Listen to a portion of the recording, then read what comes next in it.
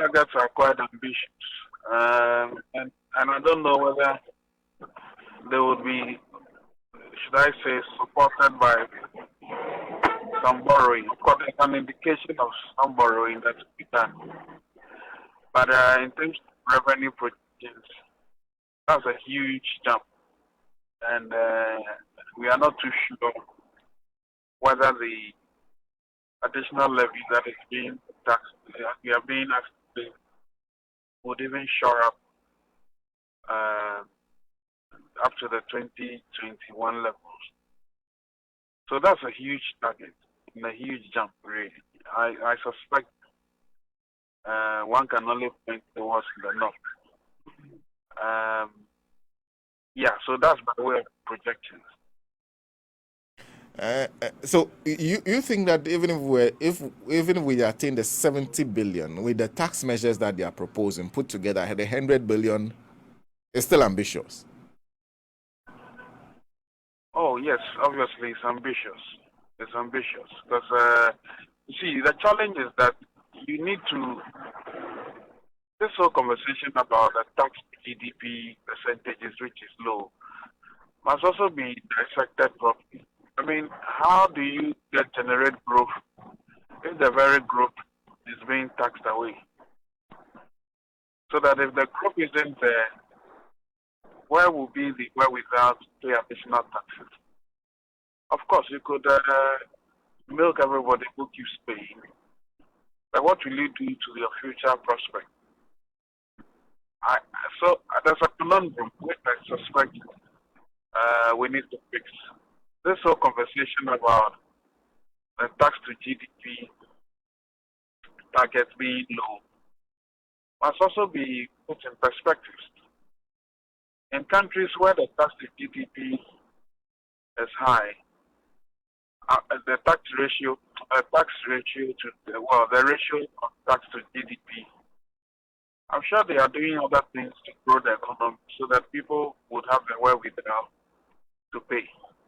So it moves from just the number of people who pay taxes to the processes leading to how widening the tax could be, and the tax itself, the incidence of tax itself would be low. The thought that few people pay taxes in itself, I mean, if you're just talking about income tax, that may be true. But if you're looking generally at taxation, indirect taxation, almost everybody pays direct tax in Ghana.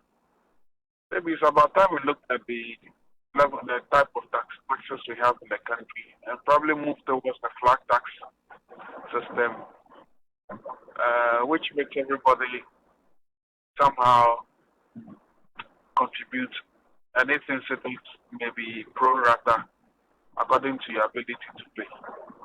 But I'm uncomfortable with this conversation about the tax to GDP ratio being low and not looking at the fact that you can't tax away growth when the idea is for you to grow your tax base. The point I'm making is that the cost of doing business generally is high in this country. And if you keep on adding taxes, you will never generate the growth that you want. Or even if you generate the growth, it may be an artificial growth because without, in a relatively short time, you come back to square one, where you'll be needing more money to do stuff.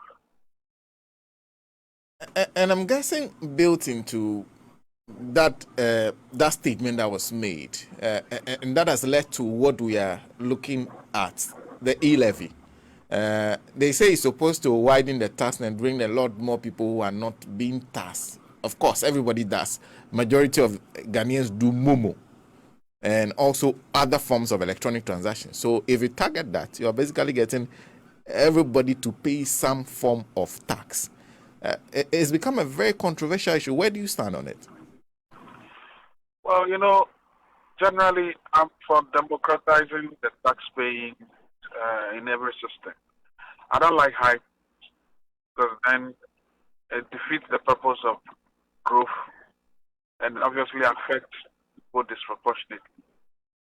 So in principle, any tax that is supposed to democratize its collection, with the incidents obviously being according to the ability to pay, is useful. But the e-levy is a special case. The special case because the cascading impact of the e-levy is just too burdensome. I mean, to think that even though the transactions have been limited to, sorry, the tax has been limited to transactions above 100 cedis in a day, what it does mean is that if you do a lot of mobile within a week, or even, of course, within a week, if you do 200 city transfers within a week, in, in 5 days, you pay the tax. And even if you transfer money to someone else and the person also transfers it to somebody else, you keep paying the tax. It's as if anytime that your money moves from your wallet to another wallet and moves from that wallet to another wallet, it gets taxed. That's crazy.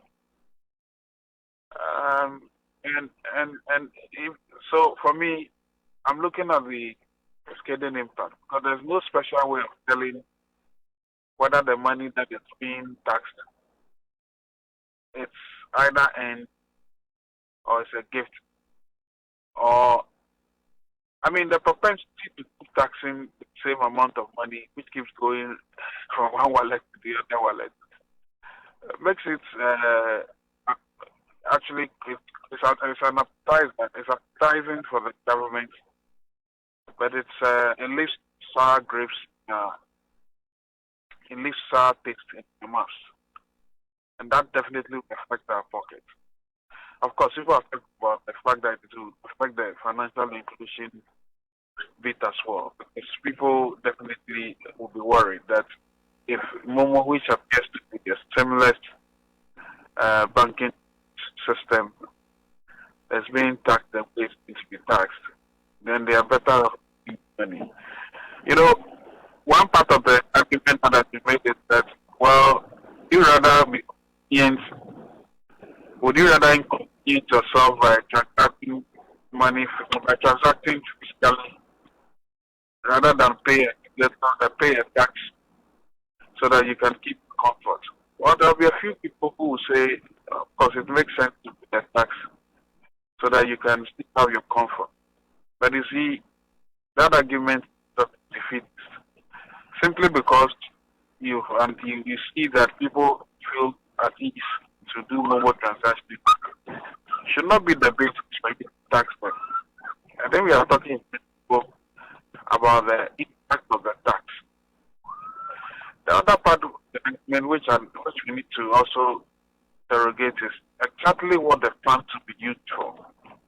We've been told that some of the money will be used for employment generation. And I worry. We've had a number of employment schemes in this country. And I ask myself, what has been the economic contribution, the value addition to the economy? I haven't seen any value addition of NAPCO to the economy. I haven't seen any value addition to all these youth enterprise funds projects that I haven't seen it. There's no paper saying the previous undertakings, the previous allotment of money to these entities helped add to the economy by this specific. In the absence of, it makes it difficult for us to understand why we'll be told again that money from this tax will be used in part to bolster the unemployment rate. If it were the case, then let the private sector, let people go ahead and make businesses and give them the rebate rather than you collecting and then creating these schemes which have been very problematic. So I can tell you straight away that I'm not too sure that the prudence in applying these tax in itself, justification giving, makes a lot of convincing. I mean, it's not convincing enough. Of course, there's a talk about cybersecurity and all those type of companies. frankly, I don't buy any of them. I don't see the value apart from some of the road construction, which the road tolls of that was supposed to be partly used for anyway, but now has been replaced by this new stuff. I also think that the size of government has grown too much, and I think the good question has been talking about it as well. If you look at the location, the office of government machinery, that's just too much money. And typically, it's not properly accounted for. So there are a lot of expenditure items which do not justify some of the fiscal initiatives that the current government has imposed on us.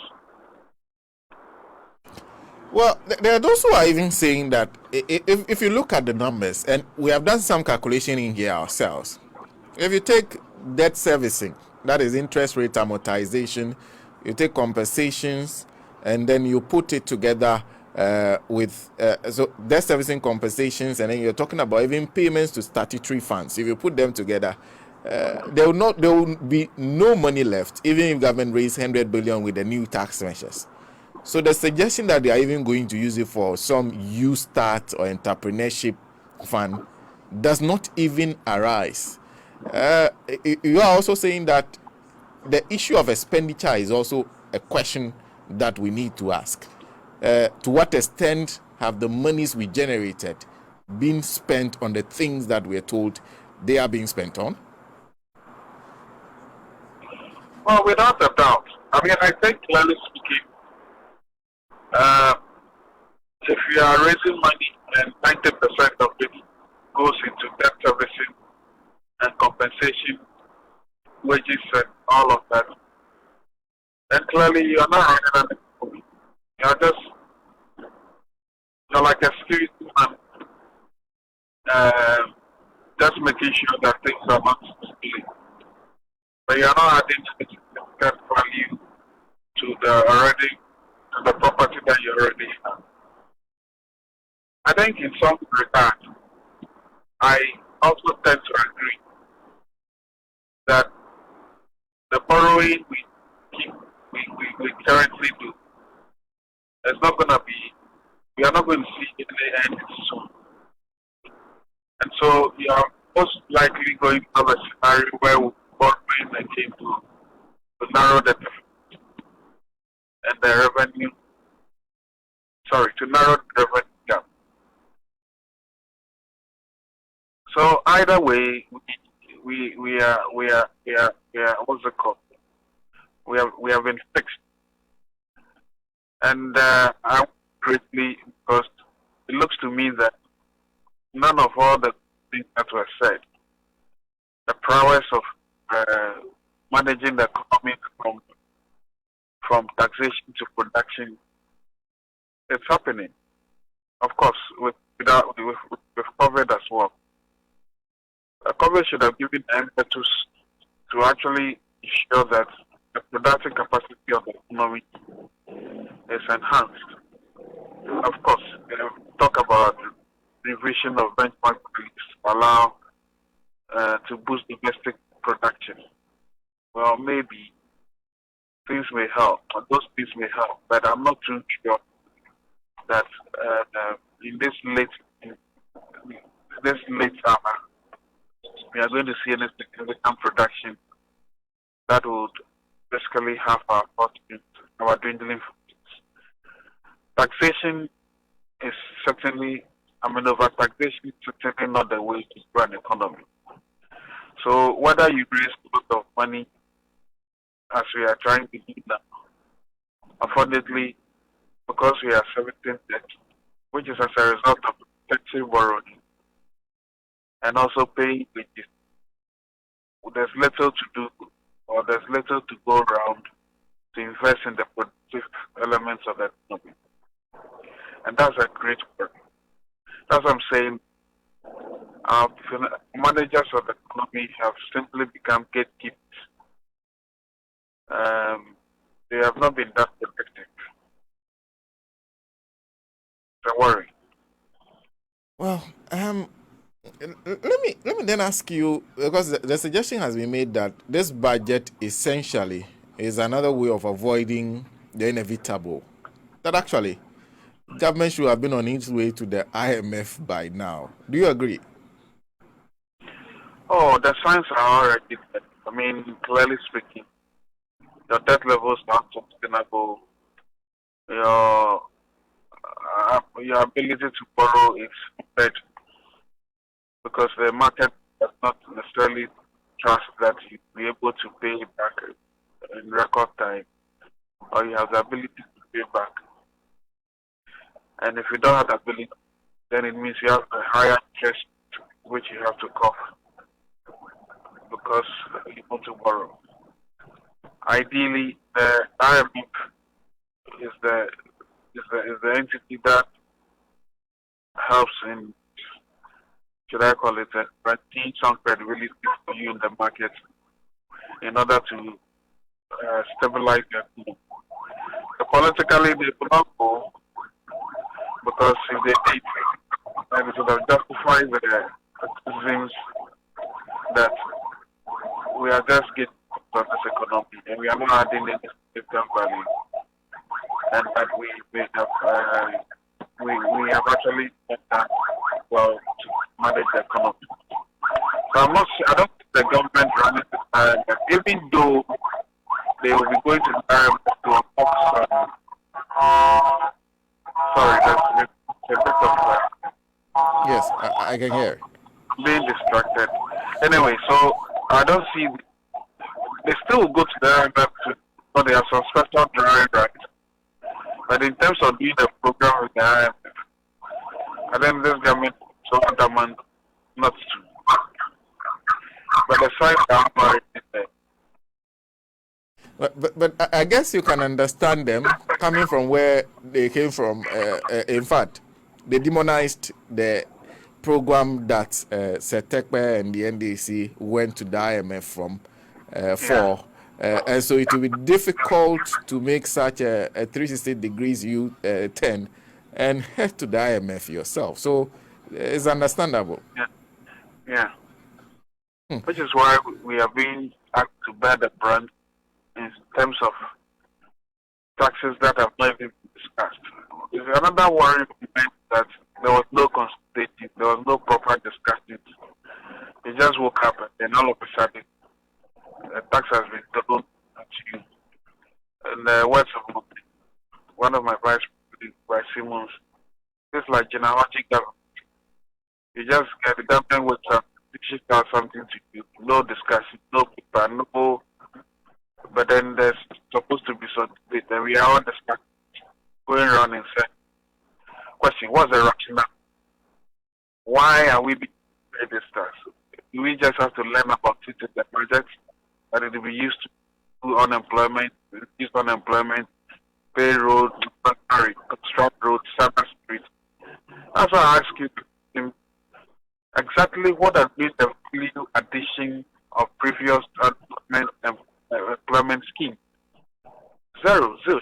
Haven't seen it. There's no paper. There's no discussion. They are just below money like smoke. And because it's very difficult to have this type of conversations in Ghana, when they say, okay, we'll use it for roads and we'll use it for employment generation, people say, they're being long. Don't you know that it's unemployment? Precisely the reason why we can know exactly how this fund will solve the unemployment problem.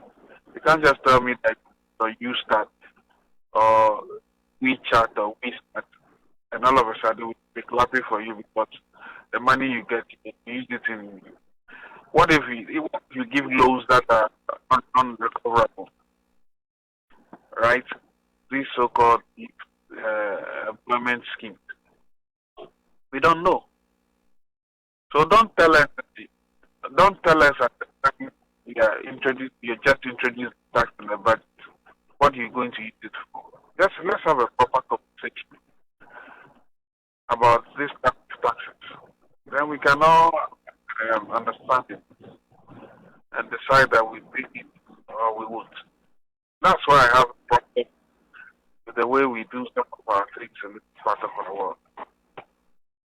The approach to you is completely wrong. There should have been a discussion of what was being proposed, what they were going to propose before we get to the budget. Exactly. You do scenario planning and say that if we got X amount of money, why funds will be used for this particular activity. They will ask you, why do you think you should be used for this activity?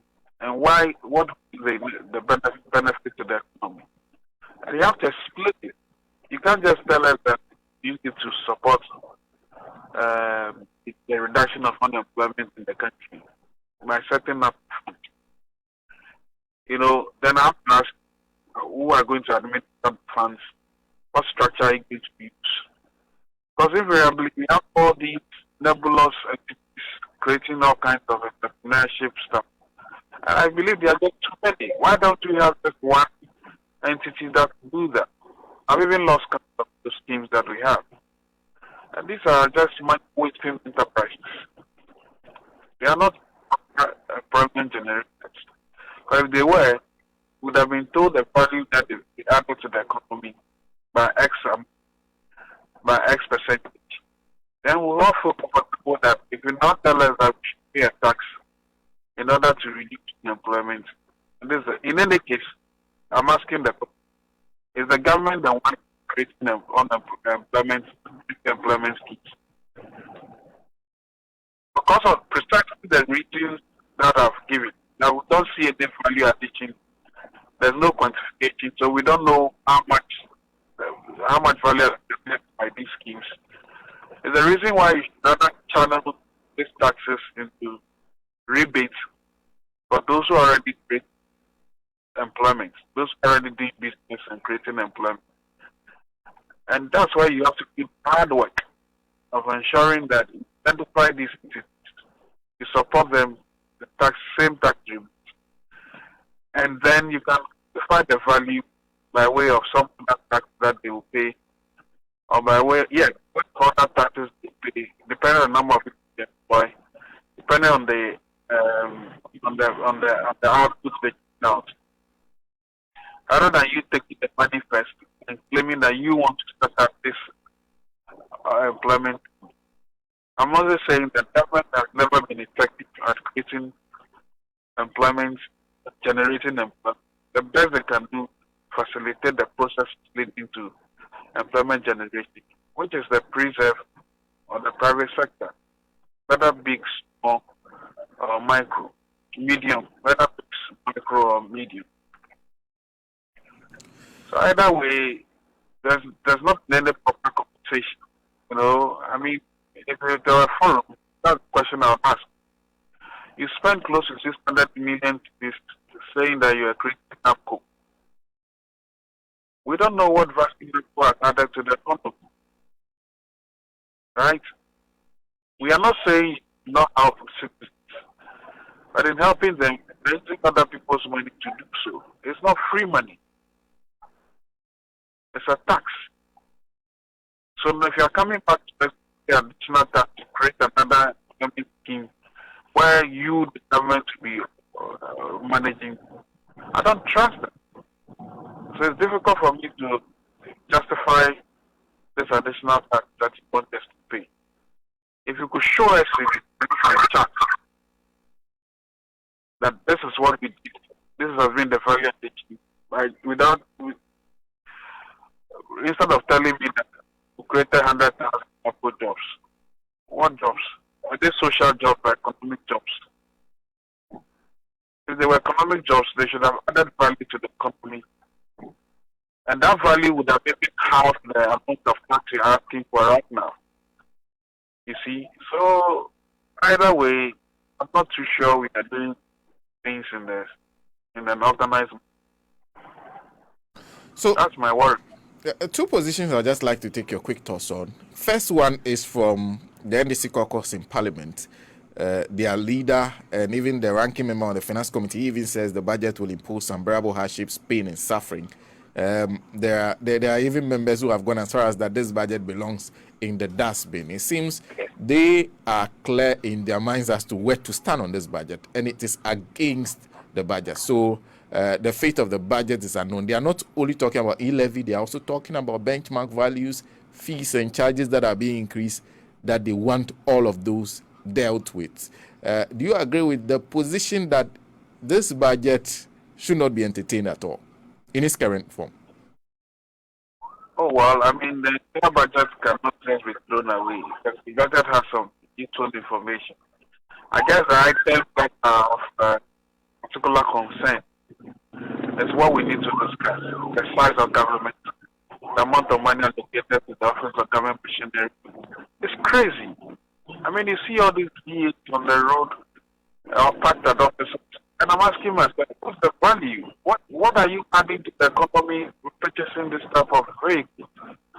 What value are these persons, most of them who drive in street, adding to the economy? I mean, those are the questions you should be asking.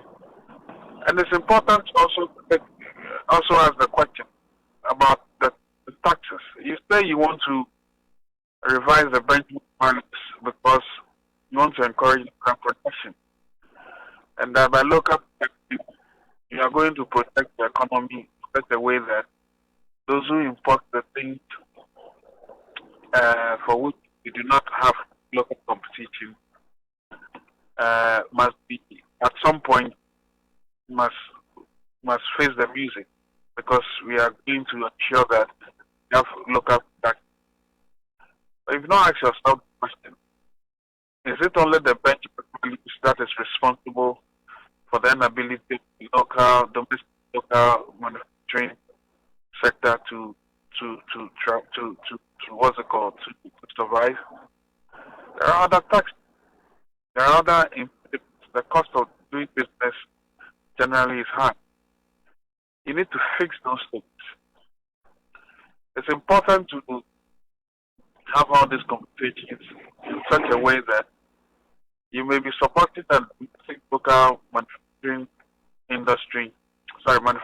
sector, which may well produce goods that may be very expensive for us to purchase and may not be able to even export to other countries without, because the cost of doing business is high. It makes the eventual product manufactured goods quite high as well. So there are questions that will be asked about some of these incentives that are being revised. Certainly, I can't say that the entire budget is wrong, but the flagship items of the budget, which to generate revenue and expenditure plans, are quite problematic, and we need to talk about them. If it is that which makes the budget a very difficult one, then yes, definitely it must go to some review. Included in the benchmark thing, interestingly, is the issue of sugar. Is sugar that somehow the Comenda Sugar Factory is not up and operating, so we don't produce sugar here, but we are taking away the discount on the benchmark values of sugar that is used in all our homes. So there are people who are even asking the question of whether the target is actually about industry. Well, that's why I say that these things must be followed by some proper analysis and proper conversations before they are imposed. If sugar is being seen as inelastic, because people demand it anyway, and it must be taxed. Sorry, and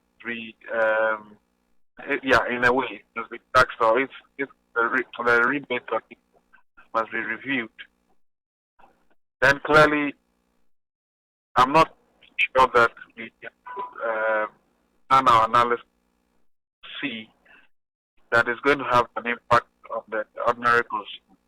Because in the absence of local production capacity, clearly the consumer definitely bear the brunt of it.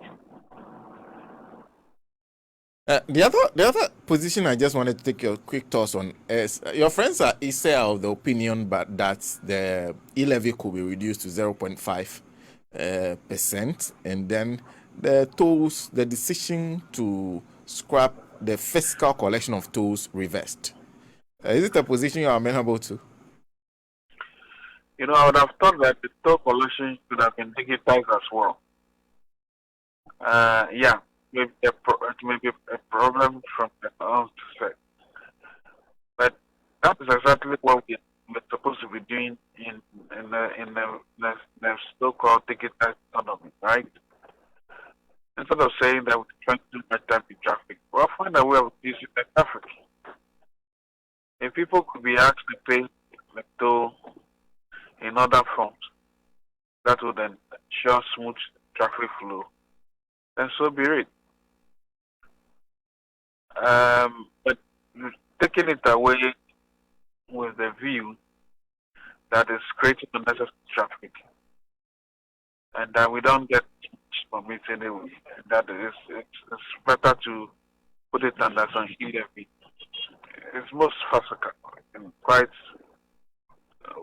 wicked, because I think the inability to ensure a smooth collection of a needful tax like the road toll cannot obviously be explained away by the current arrangement. So yes, there must be some revision of the e-levy, and I think that the principle of the tax to the road toll must be must also be taken, must also be given a second look. But I don't know. It is Ghana. Look at the speed with which the transport minister single-handedly thought he was reversing the policy even before the discussions were happening. Well, we'll see what happens to the budget. But before I let you go, one small matter of the Sandro Kofi Akpafo Lolobi Likpe. You don't have representation in parliament, but you seem to have an assembly. Is that good enough? Well, everything is upside down in this republic these days anyway, so I'm not entirely surprised. People have said that the governance is supposed to be so close to the people. If there's a vacuum at the district level, then things are really going to be that bad. So an attempt to whitewash the star now seen, as my good friend Cudjoe put it, by creating a, and the idea is that we still pay taxes, and so there must be some coordinating entity that directs some level of development. It sounds plausible, but clearly the first thing that should have been done was the creation of the constituency. I don't think it's going to happen to the next election, sadly. And then let me land by there's this message coming in from one of our viewers, Habib. I think he's talking about you were part of 40 people that were supposed to do some. Charlie. That thing, people they worry me with the thing. Means I come. Look, that committee is dead. We never really got any significant work. So, I mean, frankly speaking, I ask myself now, what is the justification for setting up that committee? Because we never did any significant work. We met, I think, once or twice, and that was it. The inauguration, then some other correspondence, and then the thing died. So it's dead. There's nothing done. Oh. Sorry, people are giving you a lot of prayer. You can understand the state of the city. Yeah. People answer the questions again. People will be asking us the questions of me on Facebook. For this one, you have to stop that because that thing died. So this is not worrying me about.